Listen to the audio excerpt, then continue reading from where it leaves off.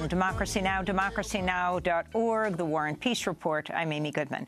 This Sunday, Mother's Day, will be a lot happier for scores of women across the country. On Thursday, racial justice groups began bailing out women out of jail as part of a nationwide Black Mamas Bailout Day. The effort, taking place in nearly 20 cities, raises money to bail out as many black women from jail as possible in time for a Mother's Day celebration with their families. This is a clip from the campaign video announcing the project.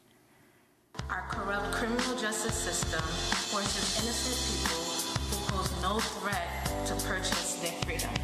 The costs are devastating. Women oftentimes lose their homes, jobs, or even children just to be found innocent. Some women, like Sandra Bland, have even lost their lives. Thousands of families go through this every day. This year, we're taking a stand. Organizers for Black Mamas Bailout Day are calling for an end to the cash bail system, which keeps millions of people who have not been convicted of any crime imprisoned in jails every day nationwide while they await trial.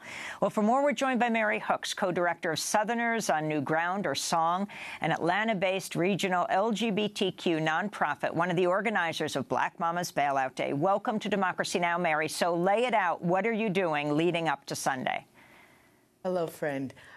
We have set out with a vision and an intention to bail out as many black mamas as possible. We know that about 80% of black women that are sitting in cages right now are single parents and caretakers.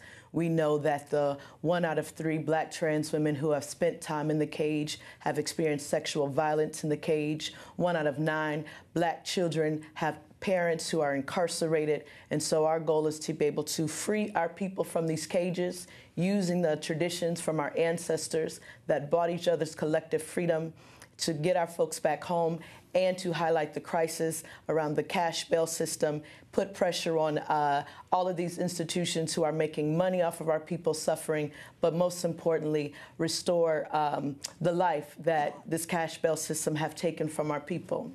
You spent much of yesterday at a jail in Atlanta with your team bailing out women. Can you describe the scene and how they responded? My word. I get chills thinking about it. We got there about 10 a.m. We left about 1 a.m. A crew of folks set up outside so we can make sure we had some immediate needs: gift bags, loose cigarettes, water, MARTA cards, love, music, packets of information to access direct services. We had therapists and nurses on site. And we also were able to, our first round of folks was about 7 people.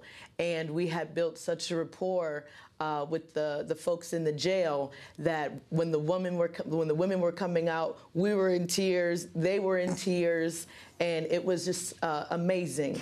And I think that's part of what we long to do inside of our work, is to organize from a place of desire and longing and love. And it was in the air. Mary, can you explain what the cash bail system is and how it is so many women and men, I'll ask if you're doing the same thing on Father's Day, are held without having been convicted of a crime, but in jail? Yes. Well, we have a system that says, you know, regardless if if you don't have money and you're held pretrial, meaning you haven't been convicted, you haven't been tried, you haven't told your story, if for some reason you don't have enough money, you have to stay in the cage, and someone else who has money can pay money to get out. You have to stay in the cage and await your trial. Now, obviously, in certain states, there's a limitation on what a speedy trial looks like. But you look at cases like Kalief Browder, right, who sat in a cage 360 of those days in solitary confinement for over 2 years awaiting trial. And so we have folks who are sitting in cages, and literally after 3 days, after 2 days, 1 day is enough, who are losing their housing, their jobs, their children, because they cannot afford to pay the money in order to get out, be able to mitigate their cases, and be able to show back up to court. And so we're seeing up to 700,000 people daily languish in cages because they cannot afford bail. It is modern day bondage. It is hostage. Our people are being held at ransom. A new report by Color of Change and ACLU finds, quote, with little accountability, the for-profit bail industry has thus created a way to profit from usurping the role and function of the courts, trap families in debt while escaping scrutiny for consumer practices, made armed arrests and surveilled people without meaningful oversight by police, and evaded insurance regulators. Sandra Bland, of course, comes to mind, who was pulled over, the police officer said, for failing to signal a lane change, and ends up dead in her jail cell because she couldn't raise the bond money to get out 3 days later. We're wrapping up with this comment, Mary Hooks. Mary, with your comment on women like Sandra and who you're trying to save. You know, for women like Sandra, for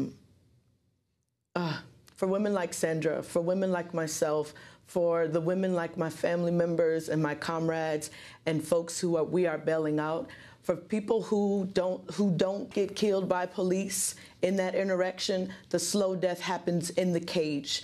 And so our hope is that this action inspires other folks to take action, to know that we can take down this cash bail system, to know we can get our people out of cages right now. There's a long-term fight ahead of us in terms of ending the cash bail system. Mary, we're going to continue this discussion in the coming days. I want to thank you so much for being with us. Mary Hooks, co-director of Southerners on New Ground and an organizer of National Black Mamas Bailout Day. That does it for the show. I'll be speaking in New York tonight at the New School at Tishman Auditorium at 7 p.m., free to the public here in New York. On Saturday, it'll be in Olympia, Washington, and then at Powell's Books in Portland, Oregon.